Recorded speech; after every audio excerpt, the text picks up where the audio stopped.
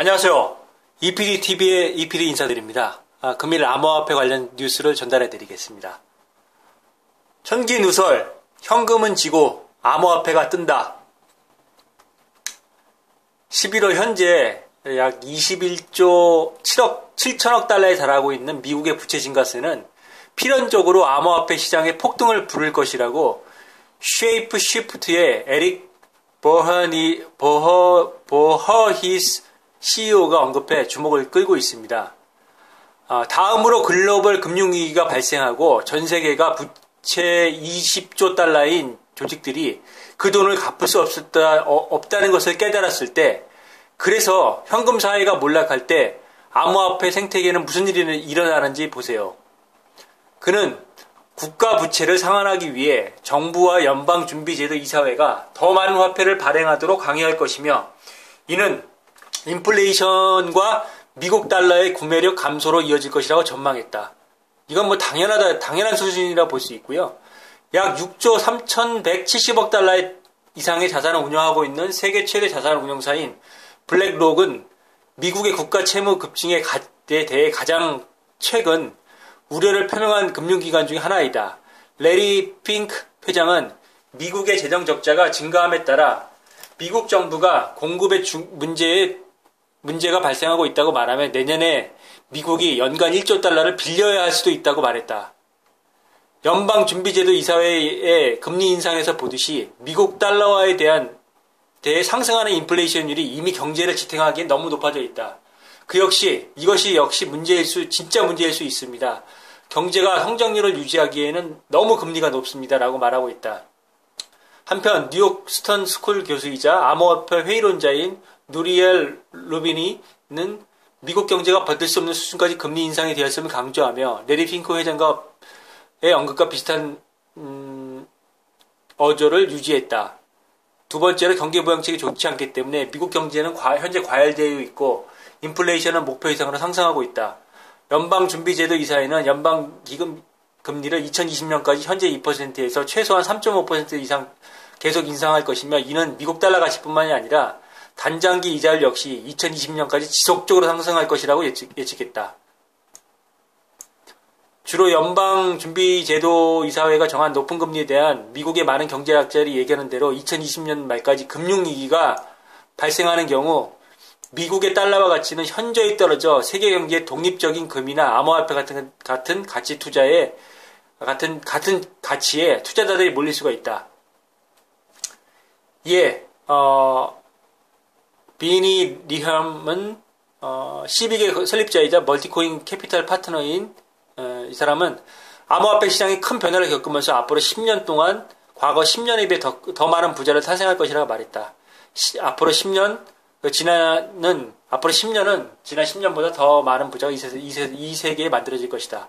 하지만 다른 성공 사례처럼 단순하게 일렬로 발생하지는 않을 것이라는 걸 기억하세요. 계속 믿고 조금만 참으세요. 자, 이거는 지금 앞으로 10년 동안 큰 부자가 발생한다. 이거는 나중에 차치하고요. 중요한 건 저는 이렇게 보고 있습니다. 미 연방준비제도 이사회에서 연방기금 금리를 2020년까지 현재 2%에서 최소한 3.5%를 계속 인상할 것이다. 자, 2%하고 3.5%는 뭘 의미합니까? 1.5%가 되기 때문에 크게 큰 폭은 아니라고 할 수 있지만은 2%에서 3.5%는 약 70%가 넘는 상승률을 보인다고 할 수가 있거든요. 통상적으로 분기에 금리의 인상을 진행할 때 통상적으로 0.25%가 거의 맥시멈입니다. 미 연준이라든지 우리나라 한국은행 같은 경우도 거의 비슷합니다. 근데 우리 한국은행 같은 경우에는 지금 몇 년 동안 금리가 인상되는 경우가 거의 없었죠. 그게 실물 경제에서 금리 인상이라는 거는 굉장히 큰 악재를 가져올 수 있기 때문에 기업 부채에 대한 부분이나 투자에 대한 부분이 줄어들고, 여기에 따라서 우리가 이제 무역을 통해서 사는 나라이기 때문에 마진이 떨어지고 거기에 따라서 고용이 줄어들고 실업률이 증가하게 되면은 이 악순환이 계속 진행이 되기 때문에 금리 정책은 한국은행, 미국 같은 게 연방준비제도, FRB 같은 데 그런 중앙은행 같은 경우에서는 재정정책을 진행하는 데 있어서 금리라는 거는 뭐 주가가 뭐 얼마 오르고 주가 총액이 시가총액이 얼마고 부동산이 어쩌고 암호화폐는 거의 끼지도 못합니다. 그렇기 때문에 이 금리라는 부분들은 자국의 중앙은행에서는 무엇보다도 관심사 가장 1순위의 관심사고 정책을 집행하는 데 있어서 핵심 사항인데 이 부분이 계속 지금 인상이 된다는 거는 결국에는 미국 경제가 과열이 되어 있고 인플레이션이 지속되어 있고 부채는 엄청나게 많이 있는 상태에서 더 이상은 양적 완화에 대한 부분이 과거부터 현재까지 진행했던 부분들이 이제 더 이상은 그 힘을 쓸 수 없다는 것을 자인하는 얘기거든요. 이게 언제까지 된다고 지금 보고 있습니까? 앞으로 2년 후까지도 계속 인상이 된다는 얘기거든요. 그걸 얘네들이 인상하고 싶어서 인상할까요? 절대 그렇지 않습니다. 제가 지난 방송에도 말씀드렸지만은 2020년은 미 대선이 2020년 아마 11월 달일 겁니다. 미 대선이 차기 대선이 시작이 되는 그 시점이거든요. 자, 이거를 맞물려서 계속 생각을 잘 하셔야 됩니다. 왜 이렇게 진행이 될 것인가? 그럼 트럼프가 재선을 강력히 도전을 한다고 그러면은 여기서 어떤 정책을 쓸 것인가? 그 부분에 관심을 두고 계속 보시면 좋을 것 같고요. 결국에는 현금은 지고 암호화폐가 뜬다. 이게 그냥 헛된 소리라고 볼 수가 없다고 볼 수 있습니다. 자, 강달러 컴백 월가 하락 베팅 제동 신흥국은 식은땀 강달러가 컴백했다. 미국 안팎의 쟁점들이 맞물리면서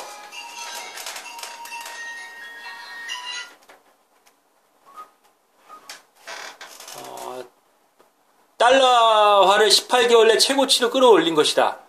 미국 중간선거 결과로 달러화가 하락 압박을 받을 것이라는 예상이 빗나가자 비관론자들이 팔자를 멈췄고 유가 상승과 맞물려 신흥국 자산이 일격을 맞을 것이라는 경고가 번지고 있다.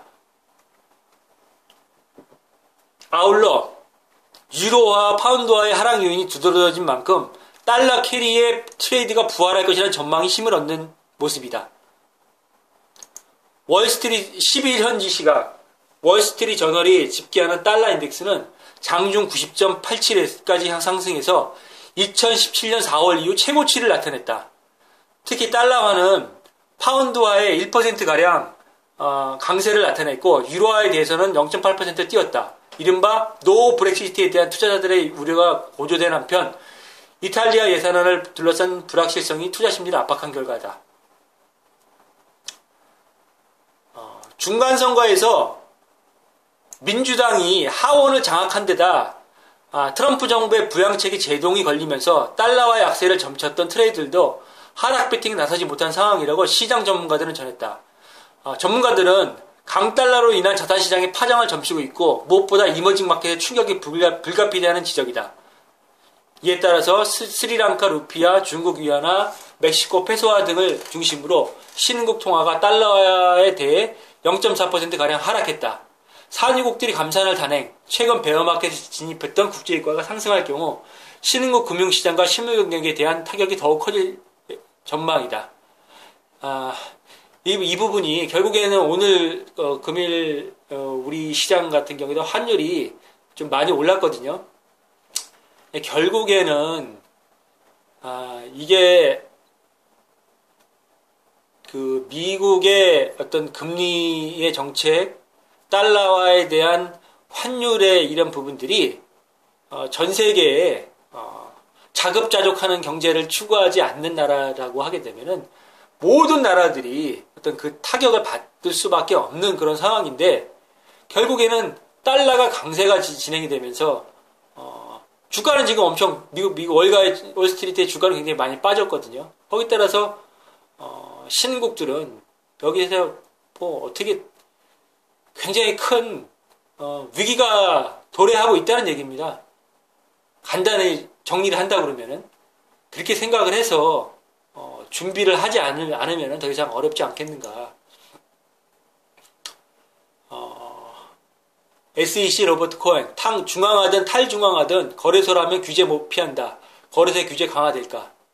미국 증권거래위원회 SEC의 거래소에 대한 규제가 이어질 것이라는 전망이 나오고 있다. 중앙화든 탈중앙화든 스마트 계약이든 아니든 중요한 것은 그것이 거래소라는 점이라서 블록체인 기술에 사용된 중앙집권화된 운영이나 관리가 없이 암호화폐 교환을 할 수 있을 만큼 규제를 피해갈 수 있다고 생각하기 쉽지만 법적인 규제 안에 들어야 하고 법적인 책임도 져야 한다고 말했다. 이게 중요하거든요. SEC는 제커리 코반 이더델타 창업자가 미등록 거래소를 운영한다는 이유로 벌금을 부과한 바 있으며 이는 미국 내 미등록 암호화폐 거래소에 내려진 첫 번째 조치다. 결국에는 미 증권거래위원회에서도 거래소에 대한 어떠한 형태든 중앙집권 아니면 탈중앙하든 거래소에 대한 부분들은 중앙정부 제도권의 어떤 규제, 규범, 법률, 법적 테두리 안에서 더 이상 이걸 벗어나서 활개칠 수 있는 거는 이젠 종치겠다. 그런 것들이 가시화가 지속적으로 얘기가 나오고 있고요. 벌써 제가 지난 방송에서도 유럽의 각국에 있는 나라들이든지 뭐 중앙아시아에 있는 나라들, 뭐 이런 나라들 그리고 작은 나라들, 뭐 몰타라든지 뭐 규제를 피해서 그런 활동을 하고 있는 나라들, 스위스라든지 이런 데에서도 제도화가 되는 부분인데 이제는 그거에 대한 어떤 지침이 미 증권거래위원회 SEC에서도 그런 얘기가 나오고 있다는 얘기입니다. 머지않았던 얘기입니다. 법적 제도화에 대한 거래소 그리고 암호화폐에 대한 어떤 규제화. 리플 CEO, 리플이 은행 계좌가 없는 이들에게 필수적인 해결책이 될 것이다.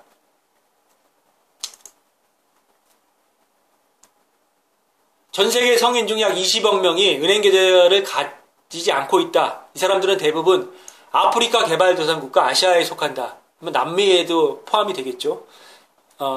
은행 계좌를 사용하는 것이 불가능한 상황에 놓여 있는 경우가 많은데 리플을 사용하면 이들이 은행 시스템을 사용하지 않고 매우 적은 비용으로 가족에게 송금하는 것이 가능하다고 말했다. 리플은 암호화폐 미디어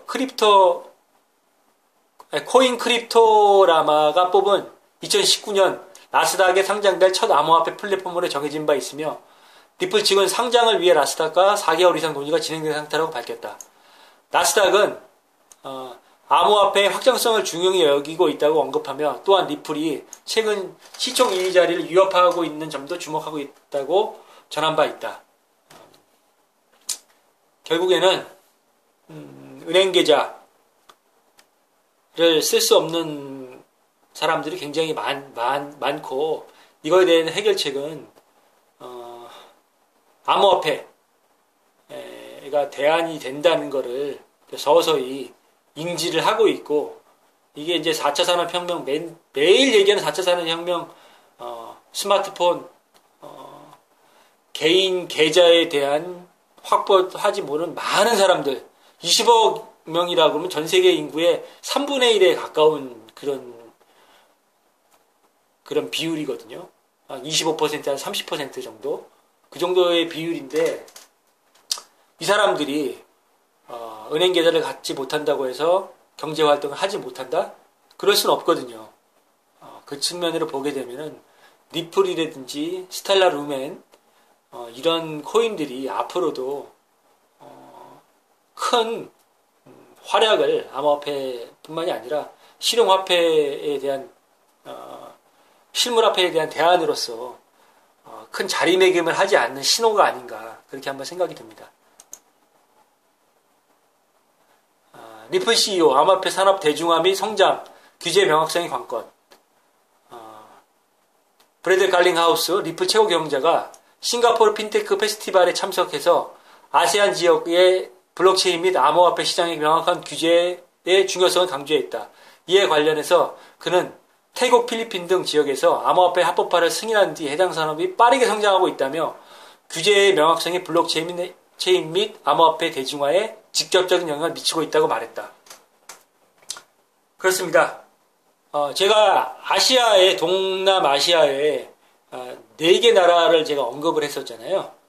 태국, 필리핀, 그리고 베트남, 그리고 인도네시아. 여기서 인도네시아는 이슬람이 국교화되어 있는 나라고 인구가 엄청나게 큰 대국이고 인구가 세계 4번째인가 그럴 겁니다. 그리고 베트남 같은 경우에도 인구가 9천만 명인가 그 정도 되는데 이제 사회주의 국가죠. 이런 이제 그 동남아시아 이제 큰 4개의 나라들이 암호화폐를 이제 합법화하고 승인화가 된다고 하게 되면은 이 관련된 산업들이 같이 큰 새로운 산업의 성장 동력으로 작용할 수 있다고 제가 지난 방송에도 말씀을 드렸거든요. 그런 부분들이, 그리고 이제 이 나라들이 아직 좀 못 사는 나라들이기 때문에 그렇다고 해서 잠재력은 굉장히 큰 나라들이거든요. 인구가 굉장히 평균 연령이 젊은 인구들이 많고, 자원이라든지 어떤 그 노동력에 대한 부분들이 굉장히 시너지가 있는 나라들이거든요. 물론 정치 어떤 시스템이라든지 경제의 어떤 그런 부분들이 좀 아쉬운 부분들이 있지만은 그 부분은 상당히 개선을 할 거고, 또 한 가지는 이 나라들이 의사결정권자들이 굉장히 강한 정치적인 권력을 갖고 있는 나라라고 저는 이렇게 보고 있거든요. 태국은 뭐 총리가 입헌군주제라고 하지만은 총리가 국왕이 현실적으로 제어하는 부분도 일정 부분이 있고, 필리핀은 뭐 두테르테 같은 사람이 뭐 권력을 잡고 있고, 인도네시아 같은 경우에는 조코위도 대통령이 새로 선출이 되면서 어떤 민주화의 어떤 새로운 가능성을 보여주고 있고, 이슬람 문화권이지만은, 그리고 이제 베트남 같은 경우에는 공산당이 집권을 하고 있지만은 의사결정이 굉장히 신속하게 빠르기 때문에 어떤 그 자국의 어떤 신산업 성장에 대한 동력을 갖다가 진행을 하겠다 그러면 이 나라들은 다른 민주주의 국가들보다는 뭐 표현이 적절한지 모르겠지만은 굉장히 신속하게 진행할 수 있습니다. 뭐 암호화폐나 블록체인 관련된 뭐 스타트업 그런 연관된 산업을 갖다가 발전시킨다 그러면은 그 관련 산업을 정부에 주도적으로 한다고 하게 되면은 그 어떤 나라들보다도 신속하게 의사결정이 진행이 되면서 산업화하고 새로운 성장 동력으로 활용할 가능성이 굉장히 크기 때문에 굉장히 관심을 두고 지켜봐야 될 거고, 그 나라에 진행될 수 있는 것들에 우리가 찾아야 할 몫이 분명히 있을 겁니다. 그런 부분들이 먼저 선점을 하는 것도 이제는 생각을 해야 된다는 얘기죠. 거기 관련된 부수적인 산업뿐만이 아니라 거래소라든지 신규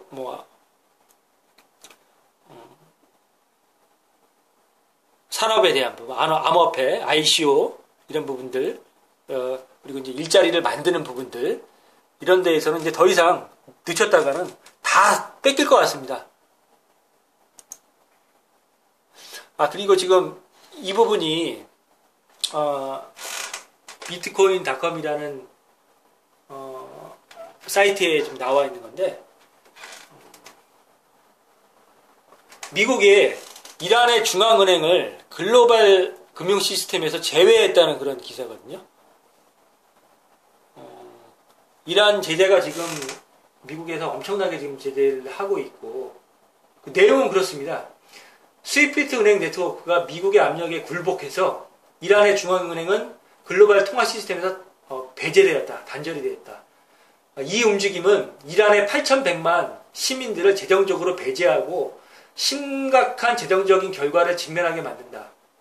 스위프트에 대한 미국의 강요는 국가가 세계 경제에 내민 조약과 그 반대자를 처벌하기에 가지고 있는 권력에 대해서 그 부분을 반증한다는 그런 내용이거든요. 제가 구글 번역기를 돌려서 이렇게 내용들을 한번 확인해 봤는데 굉장히 흥미로운 기사입니다. 이 월드와이드 인터뱅크 금융정보협회 스위프트는 일반적인 은행이 전 세계의 돈을 모으는 네트워크인데 벨기에에 본사를 두고 있고 이 단체는 국제협동조합사회의 역할을 하기 때문에 어떤 단일 민족, 어떠한 민족에게도 배타적이지 않다는 데 그 특징이 있습니다.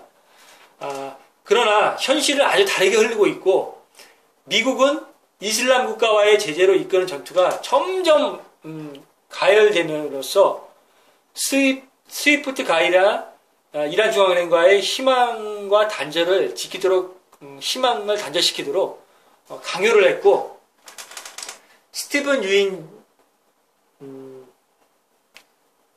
미 재무장관도 이와 같은 움직임을 11월 8일 날 공개를 했다고 얘기를 했다고 합니다. 스위프트가 미국의 꼭두가치의 역할로서 미국의 명령을 따르지 않는다면 이란과 같은 운명에 굴복할 수도 있다. 협박으로 들립니다. 스위프트가 제재 대상이 될 수가 있다고 지난주 언론이 전했다고 하고 신속한 조치는 다른 어떤 단체와도 다르지 않다. 따라서 국제조직이 미국의 어떤 군대, 밀리터리 시스템을 넘어선다는 어떤 그런 신념을 강화했다는 의미가 된다고 하고 결국에는 중동의 무장 세력에 대한 자금 지원을 위해 이란의 금융 봉쇄를 가하기로 한 미국의 결정에 반대하는 논쟁이 있었지만은 그러나 피할 수 없는 것은 스위프트 뱅킹 금지의 가장 큰 희생자는 아무런 죄도 없는 평범한 이란의 시민들이고 미국의 어떤 그 헤게모니에 의한 비즈니스와 개인 생활이 굉장히 큰 데미지를 입고 있다는 것을 발견할 수 있다고 얘기를 하면서 이러한 미국의 이란에 대한 가혹한 제재를 우려를 하고 있는 미국의 가장 친한 동맹국 영국, 독일, 프랑스들도 굉장히 큰 우려를 지색하고 있으며 이 나라들의 기업들이 이란과 지속적인 거래를 할 수 있는 나라 중에 한 나라들인데 영국, 독일, 프랑스들이 해외에서 가족들에게 돈을 주고받는데 어려움을 겪고 있는 이란 시민들은 이러한 시스템을 운영을 하지 못한다는 얘기거든요. 그래서 결국에는 분산된 크립토 커런시와 같은 검열을 견딜 수 없는 돈이 그들에게는 하나의 생명줄이 될 수 있다는 얘기거든요. 자, 이게 무슨 얘기냐면은 결국에는 미국의 제재로서 이란의 국제적인 금융 시스템 자체가 단절이 되어 있고 이란의 8천만이 넘는 거대한 인구를 갖고 있는 이란의 국민들이 국제적인 어떤 금융 시스템을 이제는 이용을 하지 못한다는 얘기거든요. 그러면은 해외의 이란 국민에게 어떤 송금이라든지 돈이 필요할 거, 오고 가는 게 필요할 거 아닙니까? 그런 거 자체, 그런 시스템 자체가 무너진다는 얘기거든요. 이란 자체가. 그거에 대한 대안이 결국에는, 암호화폐밖에 없는가? 그런 부분을 반문하는 내용이거든요. 따라서, 결국에는, 모든 흐름이, 경제나 패권을 갖고 있는 미국뿐만이 아니라 어떤 그런 시스템에 대한 경제적인 어떤 큰 틀의 달러화, 금리, 양적 완화, 그리고 각국의 중앙은행, 세계의 어떤 각국의 중앙은행과 연결되고 있는 세계 금융 시스템의 이런 부분들 자체가 굉장히 어떤 큰 틀의 통제 안에서 점점 이루어지고 있는데 이게 이란 한 나라에만 국한되는 게 아니라 점점 그 폭이 점점 강화가 된다고 하면은 많은 전 세계 20억 이상의 인구들이 금융권 은행에 자기 계좌를 갖지 못한다는 이런과 같이 연계한다 그러면은 그거에 대한 대안은 무엇인가 한 번쯤 다시 한번 고민을 하고 왜 이런 시스템이 점점 우리가 인지하지 못하던 흐르고 있는가를 다시 한번 생각하는 계기를 삼는 시간이 됐으면 좋겠습니다. 금일 암호화폐 관련 뉴스는 이것으로 마치고요. 제 뉴스가 영상이 도움이 되셨다 그러면은 구독 알림종, 좋아요, 공유 다시 한번 부탁드리겠습니다. 감사합니다.